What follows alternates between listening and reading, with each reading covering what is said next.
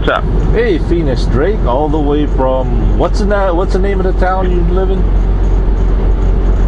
Where you at? Not where I'm living, where I'm currently visiting, but Manchester, England is where I'm currently visiting. You're in Manchester, England. By the way, you're on YouTube. Yeah. So say hello to YouTube. Hey, YouTube. So, Hey, how's everybody doing there? Phoenix Drake, give us an update to the last time we talked. You took a flight. You were having trouble with Sprint. Yeah, that's never gonna change. By the way, he knows your pain. He has Sprint. You are in. We are right now currently located about 25 miles west of Albuquerque, New Mexico. So I should make that left turn at Albuquerque. There you go. There you go. So Phoenix, the last time we discussed your travel plans, you left Indianapolis, and where was your next flight to? New York? I caught a flight from India, and we did stop over in New York for about 20 minutes, and then just a straight shot over the Atlantic to Manchester. Oh, really? So basically you didn't even get off the plane then? You went to New York and pick up more passenger, or what? Yeah. Okay. I just stayed there. So you never disembarked from the aircraft? Nope. Nope, really? So how long was the flight from New York to Manchester?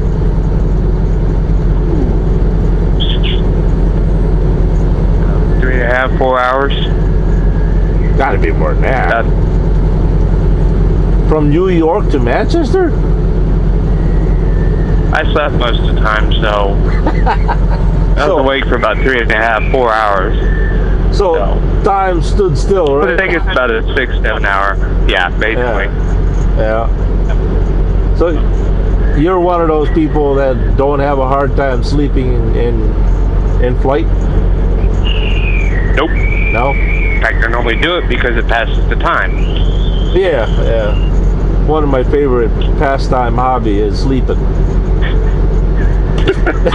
Yeah, I've heard you talk about that several times. You and Dahlia seem to agree on that one. Yeah. Especially when I get depressed. Oh, I like to sleep. So, all right. Well, walk us right to everything. Which airline did you take?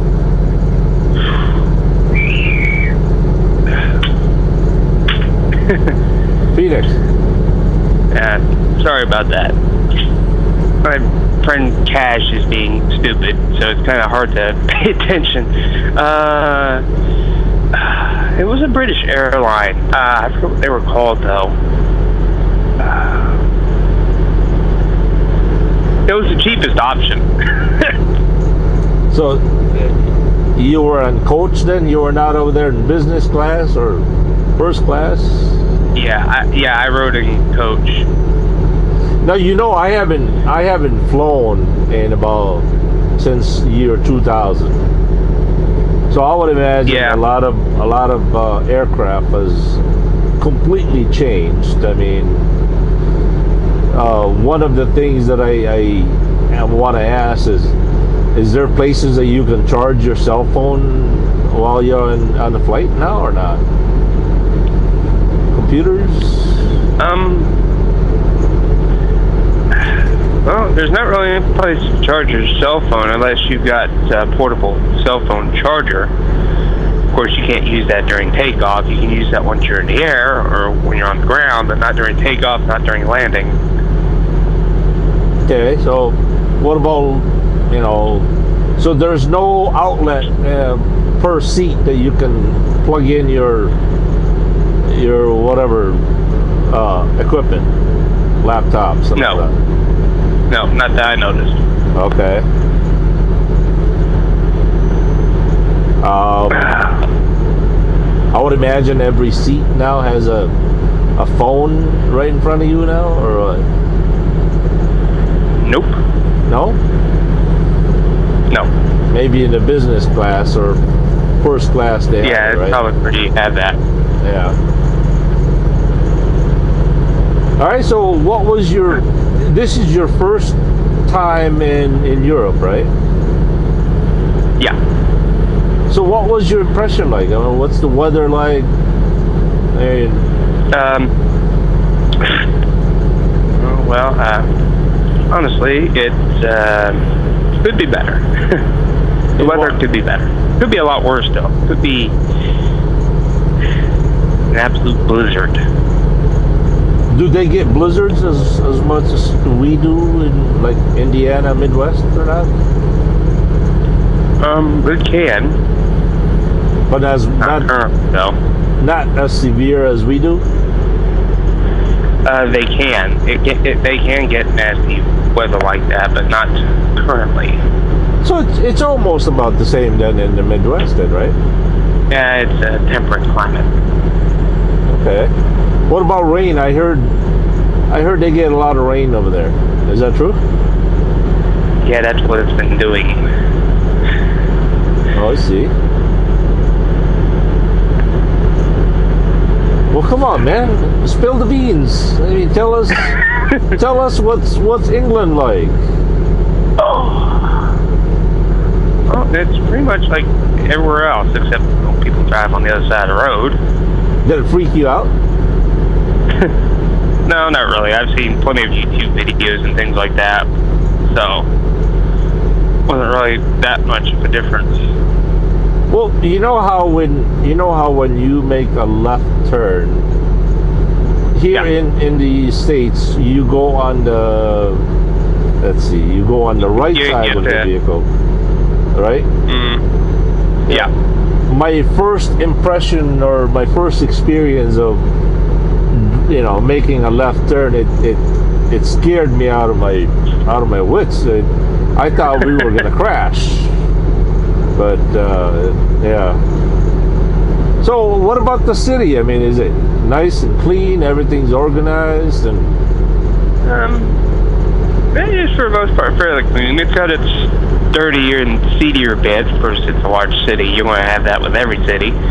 It's got its problem areas, for lack of a better word or phrase. A lot of places to explore. Now, what about the prices? I heard it's really expensive over there. Yeah. All right. How much would a Big Mac cost? A Big Mac combo. How much would that be? Let's see, $200. Between $8 and $10, going based on prices at several locations I've seen. So it could be as high as $10 for a Big Mac meal? Yeah. Wow. Over here is about what, $7 I think it is, right? About $7.5, $8. Because that's including tax as well. Now, their tax is the same as we do. I mean, you pay. It's similar. I mean, obviously things are a little bit more expensive here because of pound note being a bit better than the American dollar. Well, it's more expensive for Americans, I should say. Yeah, it's British got their own. So. What about like you walk on Main Street? I've always been curious about the shops and the coffee shops and the mom and pops. There's not a lot of coffee shops. There's a few. British do like to drink tea. Yeah, tea shop. Okay, I forgot about that. Yeah. So they have tea shops then? I've seen several. There's also a lot of pubs. A lot. A lot of what? Pubs, bars. Oh, really? Okay. Yeah. Any American beers over there? Do they drink American beers? You can find American beers in some of them, but it's mostly, local beers, British stuff or European stuff. But you do have American beers. I've seen Samuel Adams. I've seen stuff. I can't think of the name of that. Budweiser, I would imagine, right? Yeah, I've seen Budweiser and Coors. Coors Are the big three I've seen that I can think of. Of course, I really don't drink beer much. I'm more of a rum guy, kind of sweeter. What about Miller beer? I mean, that's Milwaukee stuff. So Miller. I think they do have that. I have not seen it yet, personally. Do me a favor, Phoenix. Yeah. Buy me a bottle of Miller beer and don't open it.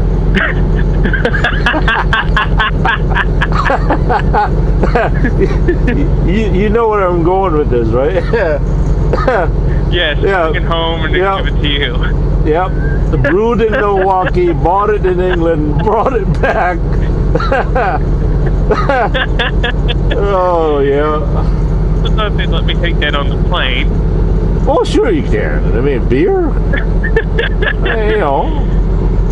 I don't know. They're kind of anal about some of their rules nowadays. So, I mean, how can they not allow, you know, an American beer back in the States? I mean, come on.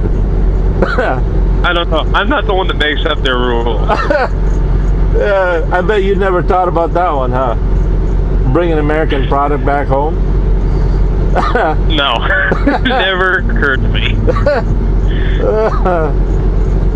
So yeah, what about food? What kind of food do they like? Oh, well, they actually have a lot of similar. I mean, you know, like most Americans. They have a lot of Italian foods like we do. Yeah, they've got a lot of similar likes to what we do. Like Americans do, they like Italian food, they like Chinese, Japanese, the other ethnicities. You can find burger places, of course. Of course, they got French fries, which they call chips, and potato chips, which they call crisps. Oh. Yep. So, they've also got some uniquely food that's British. They love sausages. They love pairing sausages with potatoes in various combinations. And they love pairing it with breads in various combinations. And they love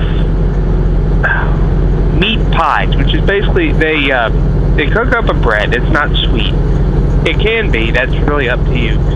And it's got kind of it's usually got a meat inside. It's kind of like a baked sandwich, except without coming apart. And sometimes there's gravy and stuff inside as well. Yeah. I mean, you pick up this thing and it weighs like 10 pounds. Really? But is that like a family? Is that like a family-size serving? No, it's serving for one person. It's just, that's how it feels and that's what it looks like. It looks like, it's just like, there's no way a single person can eat this, and yet you can because it's just that good. Really? Wow. I mean, a lot of people say most British food is nasty. I go, well, don't knock it till you've tried it. If you haven't tried it, you can't say that it's nasty. What about Starbucks? Is Starbucks famous in England? I've seen a few Starbucks here. I don't think it's quite as prevalent as in the U.S. If you're looking for a chain that is common in the U.S., it's common over here, I'd look to McDonald's. So McDonald's is still king, huh? Everywhere. Yeah. Matter of fact, from what I've explored, I've seen 6. What is it? And 6 McDonald's. 6 McDonald's, okay. Burger King? Uh-oh, we're losing Phoenix. Sprint has struck again. Let's see if we can't get up this little hill here and maybe try to get him back.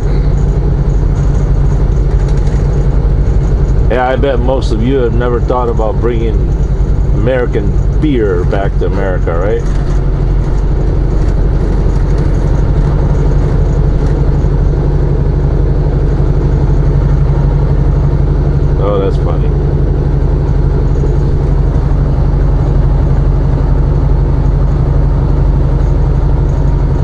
on, Phoenix, where are you? Yeah.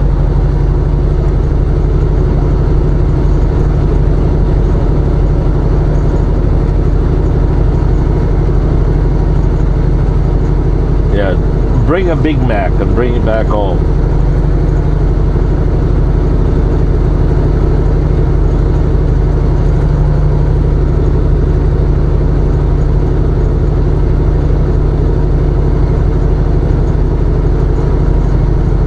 Now this is the part of New Mexico that gets a little interesting.